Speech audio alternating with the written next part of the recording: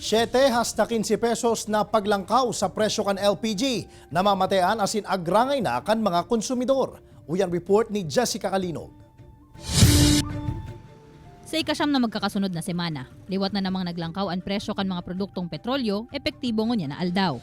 Nasa 90 sentimo kada litro ang piglangkaw sa presyo kan gasolina, 80 sentimo sa kada litro kan diesel, asin 75 sentimo naman sa kada litro kan kerosene.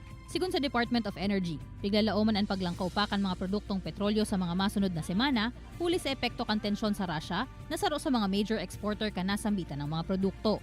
Mientras tanto, nahahandal naman subuot ngunyan ang 50 anyo sa si Antonia Amata para sa pagsustinir kan sa indang kakanan sa Barangay San Juan Bautista, Guwa, Camarines Sur.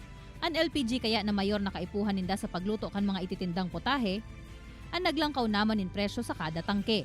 Ang dating 500 pesos na nakaya kada cylinder, nag-abot na subuot sa 885 pesos kan huri nindang bakal.